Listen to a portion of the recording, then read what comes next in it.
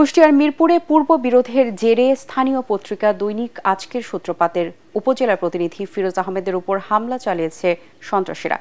স্থানীয় মসজিদে ফজরের নামাজ পড়তে যাওয়ার সময় বিজিবি সেক্টর পাড়ার তার নিজ বাড়ির সামনে এই ঘটনা ঘটে।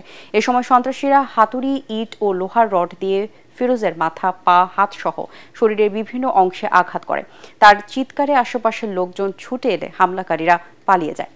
তাকে উদ্ধার করে প্রথমে উপজেলা স্বাস্থ্য কমপ্লেক্সে, পরে কুষ্টিয়া জেনারেল হাসপাতালে ভর্তি করা হয়। তিনি এখনও আশঙ্কামুক্ত নন বলে জানিয়েছেন চিকিৎসকরা।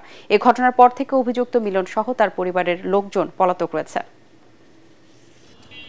বিভিন্ন জায়গায় মারাত্মক জখম পেয়েছি আমরা, মাথা, বুক, হাত, পা সব জায়গাতে, এবং 7-8 ইনজুরি এবং একই সাথে ব্লাড ট্রমাও আছে।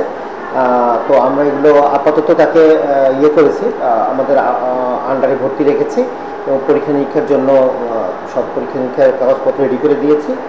রিপোর্ট আসলে তার গুরুতর ব্যাপারটা, জখমের ব্যাপারটা সম্বন্ধে আরও বিস্তারিত জানা যাবে।